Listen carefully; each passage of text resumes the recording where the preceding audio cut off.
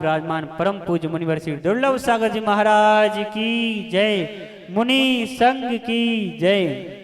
भगवान बनना है, भगवान के बाजू में बैठना, वो भगवान बनने की कला को आत्मसात करना, वो हैसियत प्राप्त करना, उसका मंगल आचरण है कि तीर्थंकर बनना है तो हिंसा का तांडव हटाना होगा, तीर्थंकर बनना है तो झूठ का वमन करना होगा, तीर्थंकर बनना है तो चोरी का दामन छोड़ना होगा, तीर्थंकर बनना है तो कुशील का जाल तोड़ना होगा, तीर्थंकर बनना है तो परिग्रह का आग्रह छोड़ना होगा, तीर्थंकर बनना है तो जीवन को निर्दोष बनाना होगा, तीर्थंकर बनना है तो सप्तशील की ओर मुड़ना होगा, तीर्थंकर बनना है तो अष्ट प्रवचन मातृकाओं की ओर झुकना होगा। और कल मैंने आप लोगों से बहुत अच्छी बात करी थी, वो काय की कल बात करी थी, कल आप लोगों से सत्य की बात करी थी। और सत्य में मैंने आपसे कहा था, एक था आभासिक सत्य, एक था व्यवहारिक सत्य, एक था तत्कालीन सत्य, एक था समकालीन सत्य, एक था परमार्थिक सत्य, सर्वकालीन सत्य, एक था परमार्थिक सत्य और एक था कल्याणकारी सत्य।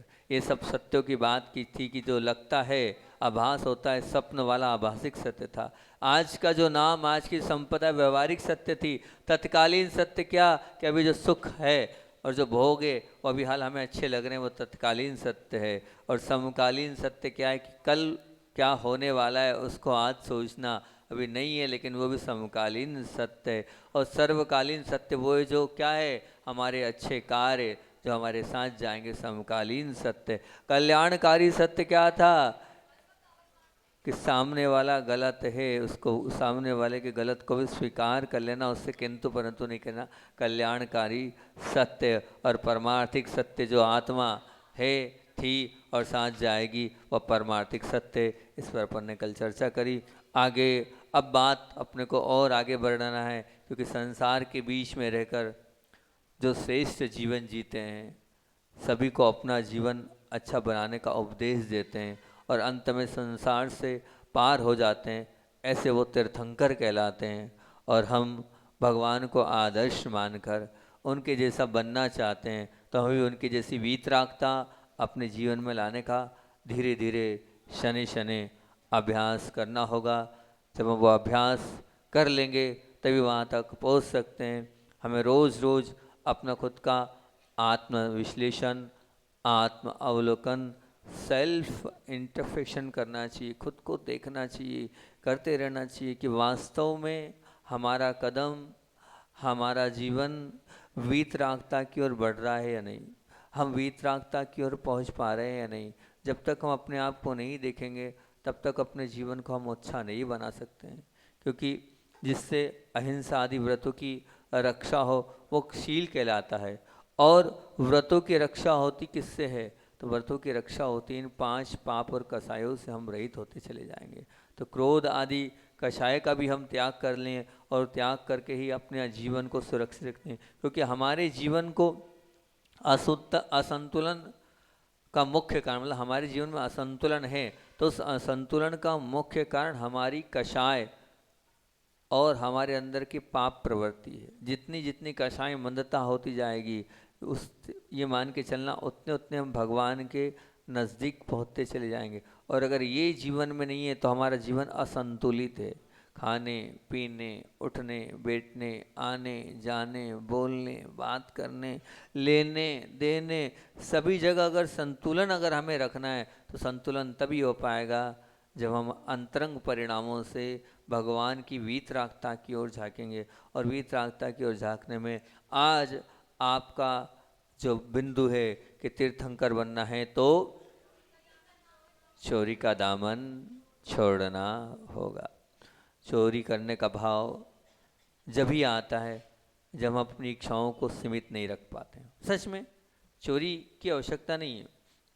चोरी जब होती है जब हमारी जो इच्छाएं वो असीमित है, सीमित नहीं है। अगर हमारी इच्छाएं सीमित हो जाए तो आपको इतना पुण्य है कि आपको 4 रोटी मिल जाएगी, आपको इतना पुण्य है कि आपको एक जोड़ कपड़ा भी मिल जाएगा, और आपका इतना भी पुण्य है कि आपको 3/6 की जगह सोने के लिए मिल जाएगी। जब ये इच्छाएं हमारी बढ़ती है तो इन इच्छाओं के बढ़ने के कारण हमारा मन चोरी की ओर चला जाता है। चोरी की बलजोरी ही संसार में भटकाने वाली कमजोरी है। क्या बोल रहा हूँ, चोरी की बलजोरी ही संसार के भटकाने वाली कमजोरी है। निश्चित मान के चलना, हम अपने मन को चोरी में ले जाते हैं और अपनी उस आत्मा को के सच्चे स्वरूप को चुराते चले जा रहे हैं। वैसे मैं कुछ अलग व्याख्या वैसे तो कर ही चुका हूँ इस प्रवचन को पहले में, लेकिन अभी जो प्रवचन चल रहे हैं अपने रिवाइजेशन चल रहा है एलोरा में, तो इस बात को मैं रख ही चुका हूँ, फिर भी एक बार और रख रहा हूँ कि आप लोग ये मानते हैं मैं चोरी की व्याख्या कुछ नहीं आपके बीच में रख रहा हूँ। शायद सुनने में ऐसा लगेगा कि महाराज जी क्या बोल रहे हैं, लेकिन जो चिंतन था एलोरा में बैठते थे हम, एक आहार्य के पास वहाँ भी किए थे, तो वहाँ बड़ा एक अच्छा स्थान हमें मिल गया था। ऐसा स्थान कि वो कोई ढूंढे तो हमें मिल भी नहीं पाए। यहाँ तो नहीं ऐसा स्थान, यहाँ तो आप ढूंढ लोगे चाहे कितने कर लोगे, हम छुप भी जाएंगे तो ढूंढ लोगे आप। लेकिन वहाँ एक ऐसा स्थान था, वहाँ हम और चाचा समझ रहे ना, चाचा और हमारे अलावा कोई नहीं रहता था वहाँ। ऐसा जंगल के अंदर इस प्रकार से स्थान था, किसी को मालूम नहीं पड़ता था। और ऊपर नहीं, ऊपर तो अलग रहे, वो अलग रहे, महीने भर ऊपर रहे, नीचे उतर के भी नहीं आए, सिर्फ वो अलग रहे थे। लेकिन जो चतुर्मास में वहाँ पूरी भगवान के एलोरा की वो जिनबिंब हैं जो बहुत सालों से ऐसी थी, और पूज्य गुरुदेव के चरणों में जब पहुँचे कि वो लेप निकल रहा है एलोरा वाले पांचनाथ भगवान का, बड़े व्यतीत थे कि नियम सागर जी ने पूरा चतुर्मास वहाँ करके उस पर लेप किया। बहुत प्राचीन प्रतिमा है, पांचनाथ भगवान की विश्व की सबसे बड़ी प्रतिमा है एलोरा में। तो अब जब वो पूरा निकल रहा था, बड़ा मन व्यतीत था कि इतने सुंदर भगवान। आचार्य श्री के पास पूरी कमेटी पहुँची, और मुझे तो लगता है शायद गुरुदेव ने उन भगवान के निमित्त से ही मुझे वहाँ भेजा होगा एलोरा में। और जब मैं वहाँ गया और गुरुदेव ने एक ही बात बोली, पूरा लेप उतार दो, पूरा लेप उतार दो। अब वो पूरा लेप उतार दो ऐसा जब बोला, कमेटी डर गई। तो मैंने कमेटी से एक बात बोली, मैंने कहा आचार्य भगवान जो बोल रहे हैं आप वो करो, पूरा लेप उतारो। बोले महाराज जी अंदर क्या स्वरूप होगा, क्या पता कैसी स्थिति बनेगी किस। मैंने कहा जो वो बोल रहे हैं वो कर लो, क्या होगा उसको छोड़ दो।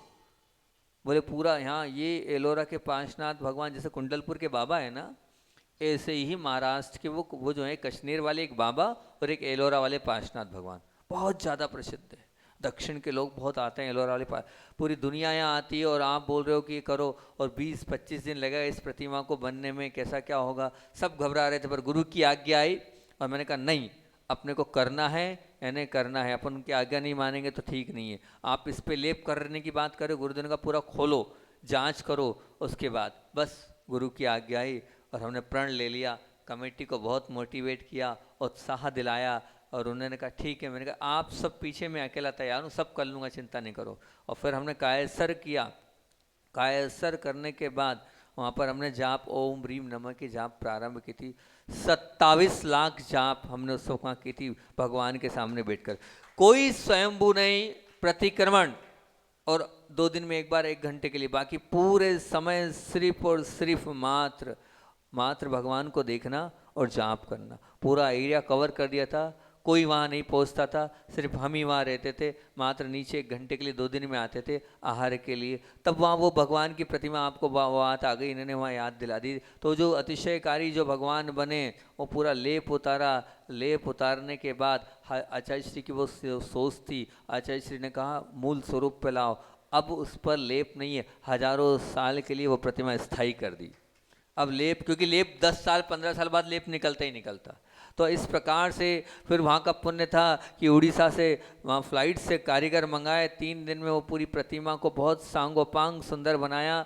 जो लोग थे अब उस प्रतिमा को देख के गदगद हैं कि क्या स्वरूप था और क्या स्वरूप बन गया। सब गुरुदेव की कृपा से होता चला गया, और एक बहुत सुंदर रूप। अब जाकर आप वहाँ के पांचनाथ भगवान को देखना, पहले लगता था मेकअप किया है भगवान ने, लेकिन अब जो शुद्ध स्वरूप है उस स्वरूप में वो एलोरा के पांचनाथ भगवान की वहाँ आकृति और वो स्वरूप वहाँ पर आ चुका है। और जब आया तो बड़ा अच्छा लगा हमें कि चलो गुरुदेव की आज्ञा से कुछ तो कर पाए हम, और वो स्थायी हजारों साल के लिए वो कार्य हो गया। तो ऐसे ही बात चल रही थी और पांचनाथ भगवान पे बात आ गई। तो ऐसे ही वहाँ हम कह रहे हैं कि वहाँ एक बहुत अच्छा स्थान था, वहाँ हम रहते थे। वहाँ के चिंतन, वहाँ का ही वो चिंतन मैंने जो इकट्ठा किया, वहाँ आपको बिल्कुल चोरी की व्याख्या अलग से दे रहा हूँ, बिल्कुल अलग होगी। आप लोग ये मानते हैं संपदा की चोरी, सोना चांदी की कि चोरी कर लेना, चोरी समझ लिए, लेकिन ये चोरी तो चोरी है, लेकिन मैं इससे कुछ अलग हटकर चोरी की बात करूँगा।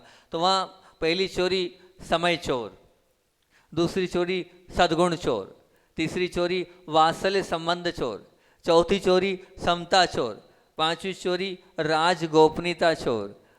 अब ये अलग अलग चोरी की व्याख्या मैंने अपने चिंतन मंथन के माध्यम से लिखी। सबसे पहला लिखा है समय चोर। क्या कहलाता है समय चोर? ये मतलब समय चोर से तात्पर्य ये है कि बात करने के पहले देखें, समझें सामने वाले के पास का समय हम जबरदस्ती तो नहीं ले रहे हैं। आप कहीं गए हो और जाने के बाद कहीं पहुँचे हो और पहुँचने के बाद सामने वाले के पास समय नहीं है, और फिर भी अगर मान लीजिए आप समय ले रहे हो, तो आप समय ले रहे तो विचार तो करो, आप सामने वाले का समय चुरा रहे हो। निश्चित मान के चलना, आपके पास तो बहुत है, लेकिन उसके पास तो एक एक समय, एक एक मिनट कीमती है। हमारे गुरुदेव का एक एक समय कीमती होता था। तो अच्छा श्री बाद में माथा फेरते थे, पूरा समय लेके चले गए।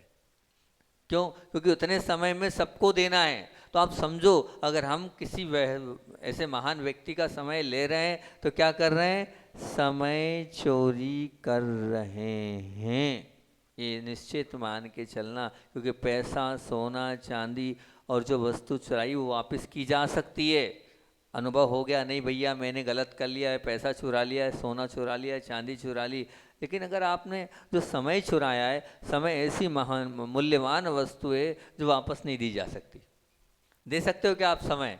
मान लीजिए आपने किसी का समय आपने ले लिया तो वो बिल्कुल नहीं दी। धन संपदा तो दी जा सकती है, लेकिन ध्यान रखना समय ना कभी दिया जा सकता है, ना कभी दे सकते हो आप। तो बहुत विचार करना चाहिए, एक विवेक रखना चाहिए हमारे अंदर कि आप धन से ज़्यादा कीमती समय होता है। हम किसी का समय तो नहीं चुरा रहे, हम किसी का समय तो नहीं ले रहे हैं, समय पर डाका तो नहीं डाल रहे हैं। इस पर आपको गौर करना चाहिए। अगर हम इस पर ध्यान देंगे तो हमें पता चलता चला जाएगा कि हम बहुत बार ऐसा होता है कि सामने वाले की इच्छा नहीं है और हम वहाँ जाकर बैठ जाते हैं और उसका समय ले लेते हैं। मोबाइल पर सबसे पहले अच्छा तरीका ये होता है कि आप ऐसा पूछें, अगर आपके पास समय है, क्या मैं आपसे बात कर सकता हूँ?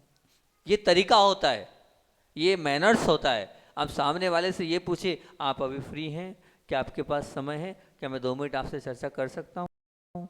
तो सामने वाला आपसे इम्प्रेस होगा कि देखो कितना विनयशील है कि समय के लिए पूछ रहा है। आप पहुँचे और पहुँचने के बाद जहाँ पहुँचो वहाँ पहले निवेदन रखो, क्या आपके पास समय है? मैं 2 मिनट आपसे चर्चा कर सकता हूँ, 5 मिनट। फिर उसके बाद 5 मिनट के बाद बिल्कुल आप बोलो 5 मिनट हो गए। सामने वाला बोल रहा है तो ठीक, लेकिन आपको 5 मिनट से 6वां मिनट नहीं लेना चाहिए, 7वां मिनट नहीं लेना चाहिए। ये निश्चित आपके मान के चलना, क्योंकि आप क्या हो गए?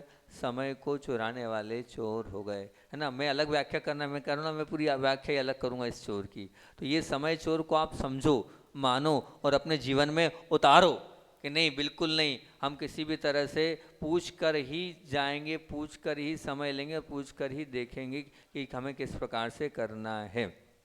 पहली चीज़, जैसे मान लीजिए जैसे किसी वस्तु को बिना पूछे आप नहीं लेते हो, ठीक है ना, बिना पूछे नहीं लेते हो ना कोई भी वस्तु है बहुत, क्योंकि आप क्या कहते हो कि भैया मेरी वस्तु नहीं है, मैं कैसे बिना पूछे ले लूँ।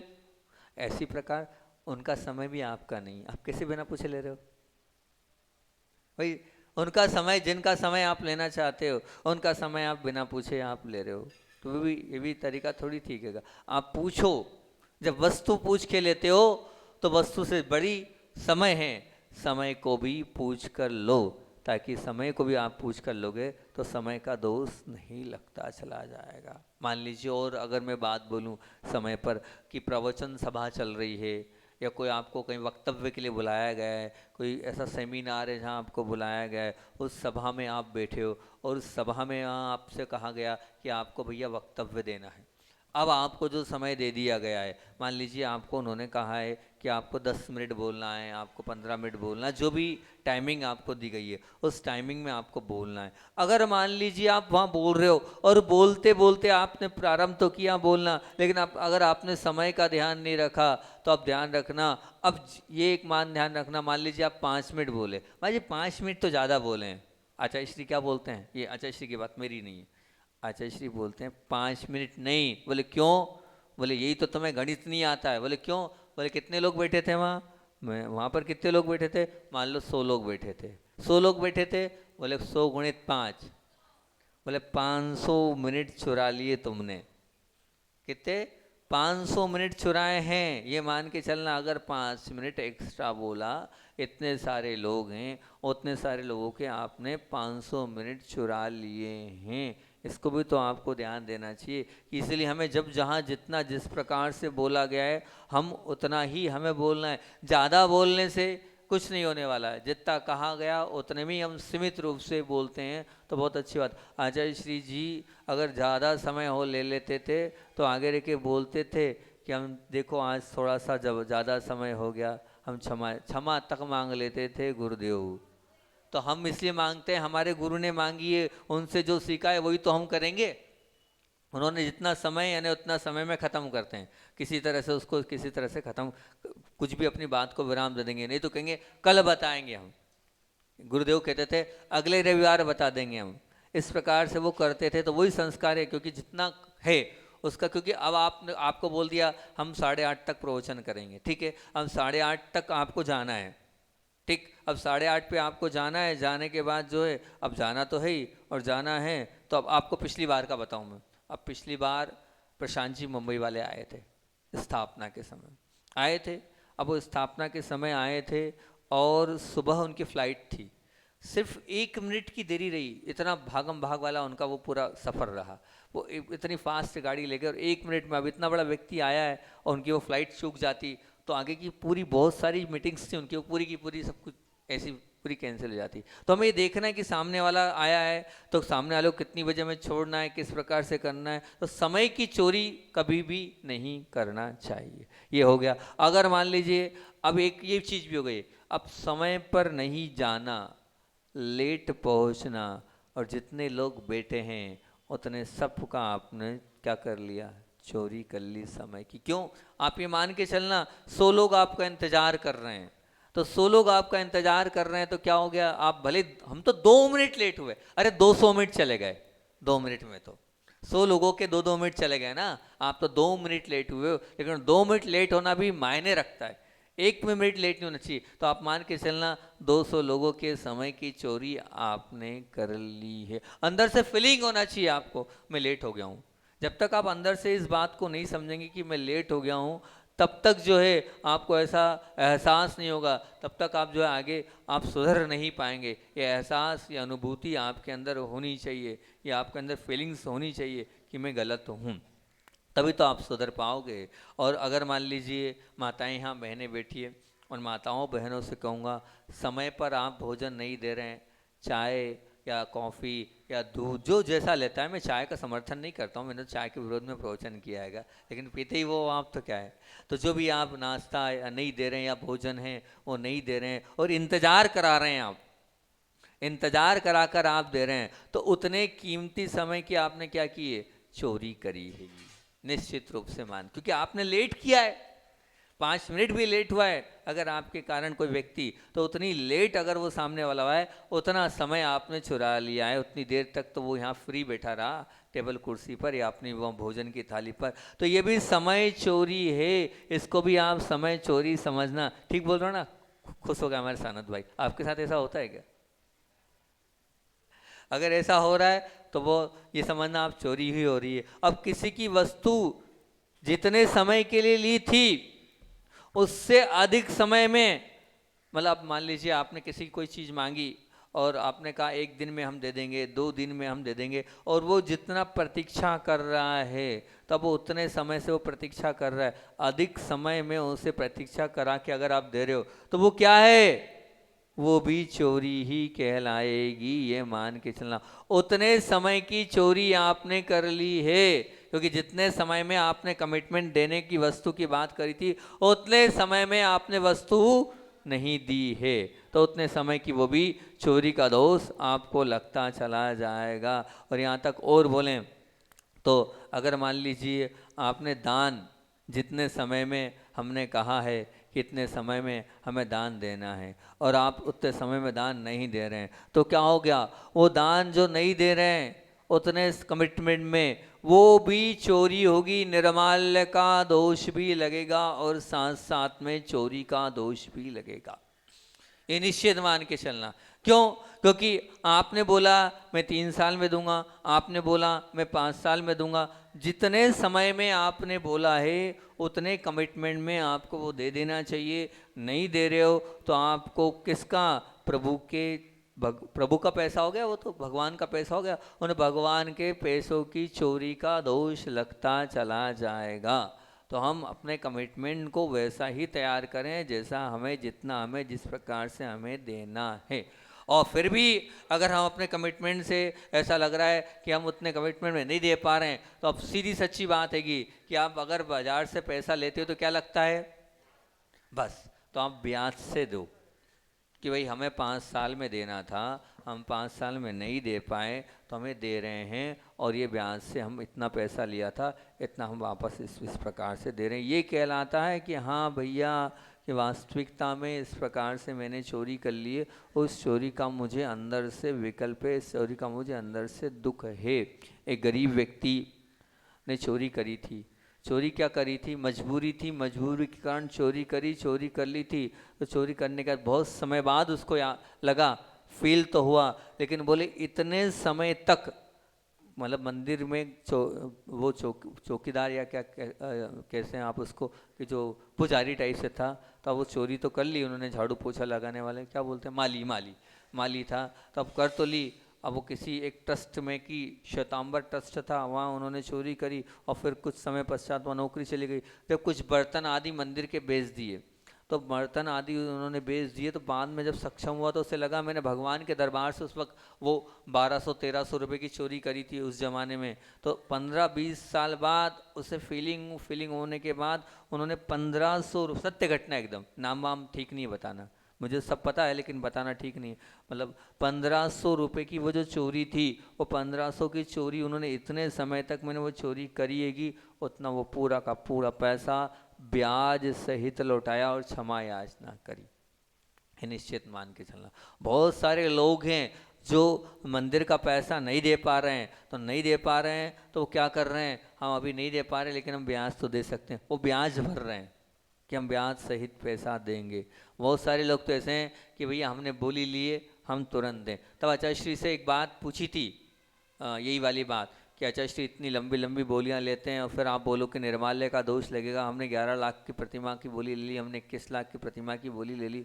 तब आचार्य श्री ने 2 बातें उस समय स्पष्ट करी थी कि आपका कमिटमेंट अगर उतने साल का है तो आपको निर्माल्य का दोष नहीं लगेगा, उसके बाद अगर आप देते हैं तो निर्माल्य का दोष लगेगा। फिर किसी ने कहा मान लीजिए हमारी अभी स्थिति अच्छी है और बाद में हमारी स्थिति अच्छी नहीं बची तो फिर क्या होगा।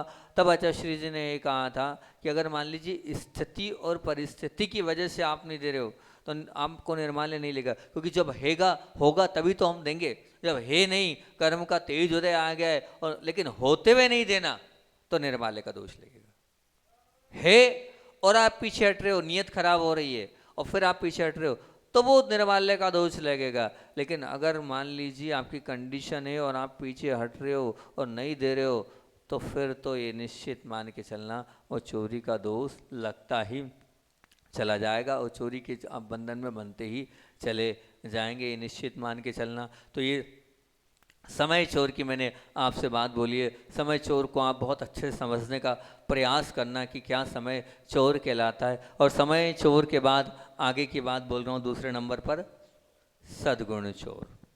सद्गुण चोर क्या है? सद्गुण चोर का मतलब क्या है? हमारी कोई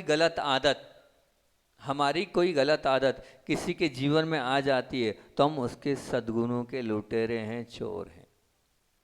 क्या बोल रहा हूँ मैं? हमारी कोई ऐसी बैड हैबिट्स, हमारी कोई ऐसी गलत आदत जिसको सामने वाला देखकर अगर प्रभावित होता है और वो भी अपने जीवन में उतार लेता है तो आप क्या हो गए? सामने वाले के सद्गुणों को चुराने वाले हो गए। ये निश्चित मान के चलना। हमेशा एक बात बोलता हूँ, ये आप मत मानना कि आपको मानने वाले या आपके फॉलोअर्स नहीं है, नहीं, आपका पुण्य इतना है कि आपको भी कोई ना कोई मानने वाला होगा, आपके भी कोई ना कोई फॉलोवर्स होंगे, आप भी किसी ना किसी के आदर्श निश्चित रूप से होंगे। ये मान के चलना, आप भले किसी भी स्टेटस को लेके बैठे हैं, लेकिन कोई ना कोई आपका फॉलोअर्स होगा। तो अब वो आपको देखेगा कि आप ये कर रहे हो, तो निश्चित ध्यान रखना वो भी आपको देखकर वैसा ही करेगा, निश्चित, ये स्वीकार कर लें आप। तो आप इसी मान के चल लें, अगर आप बुरा कर रहे हैं तो आप सामने वाले क्या कर रहे हैं, आपकी उस बुराई को देखकर वो बुराई एक्सेप्ट कर रहा है, आप सद्गुण चोर कहला रहे हैं। हमारे कारण अगर किसी का धर्म छूट रहा है तो हम उसके धर्म पर डाका डालने वाले बदमाश हो गए। क्यों धर्म छूट रहा है से तात्पर्य क्या है? मान लीजिए स्वाध्याय का समय 8:15 8:30 का है, अब आपने स्वाध्याय के 8:30 के समय में उसको मोबाइल लगा दिया। अरे पूछो तो, अभी आप स्वाध्याय तो नहीं कर रहे हो, कुछ करते नहीं हो, धर्म ध्यान की प्रक्रिया में तो नहीं हो, आपने मान लीजिए उसको रोक लिया, वही बात आप तो गए, लेकिन आपने क्या किया, सामने वाले को भी नहीं जाने दिया, पहुंच गए आप और समय उसका चुराने लगे और वहाँ बैठ गए। वो बहुत बड़ा सद्गुण है अपने आप में, स्वाध्याय करना एक बहुत बड़ी ताकत है। स्वाध्याय ये मान के चलना, अपने जीवन का अध्ययन उस स्वाध्याय से होता है, इसको छोटा मोटा मत मानना, आपको जीवन जीने की कला उससे आ जाएगी। ये जो मैं आपको बोल रहा हूँ वही बात तो वहाँ सर्वज्ञ की वाणी में लिखी हुई हैगी। अब मैं आपसे पूछता हूँ, कल का कैसा माहौल था रात को यहाँ पर मेहनत मुझे करनी पड़ी पहले आधे घंटे, जब कहीं जाकर ये फ़ोन वो फ़ोन, कहीं जाकर पूरा पांडाल भर पाया था, लेकिन कैसा आनंद आ रहा था। आप विचार तो करना कि वो जो अनुभूति कैसी हो रही थी। वो जो नमोकार मंत्र है, उस नमोकार मंत्र को कितनी बारीकी से पूज्य प्रशांत सागर जी महाराज जी ने प्रस्तुत किया हैगा। वो निरापक महाराज जी ने इतने साल का पूरा निचोड़ उसमें झोंक दिया है, और सिर्फ इसलिए एक दिया उन्होंने कि मैं सरल भाषा में इस युवा पीढ़ी को धर्म परोस सकूं, ताकि वो बहुत सरल तरीके से समझ सके। कितने अच्छे प्रश्न उत्तर रूपी शैली में उन्होंने उस बात को दिया हैगा। अब नमोकार मंत्र से आप कितने रूबरू हो गएंगे। अब एक एक चीज एक एक बात को वो बहुत अच्छे से उस जिन सरस्वती के माध्यम से रखते हैं। आचार्य श्री बोलते हैं कि अकेले पढ़ना अलग है और सबके बीच में पढ़ना और अलग है, और गुरु के समक्ष पढ़ना और अलग है।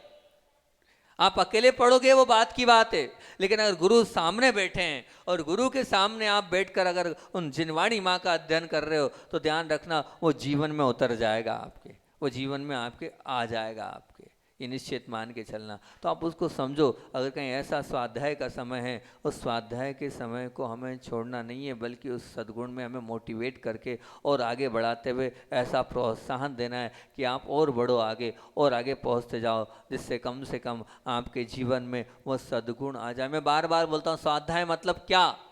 स्वाध्याय का तात्पर्य यही है। क्या है स्वाध्याय का तात्पर्य? संवर और निर्जरा दोनों एक साथ स्वाध्याय तप है। तप मतलब जितनी देर 1 घंटा आप यहाँ बैठे, उतनी देर क्या किया आपने? संवर और निर्जरा दोनों करा आपने।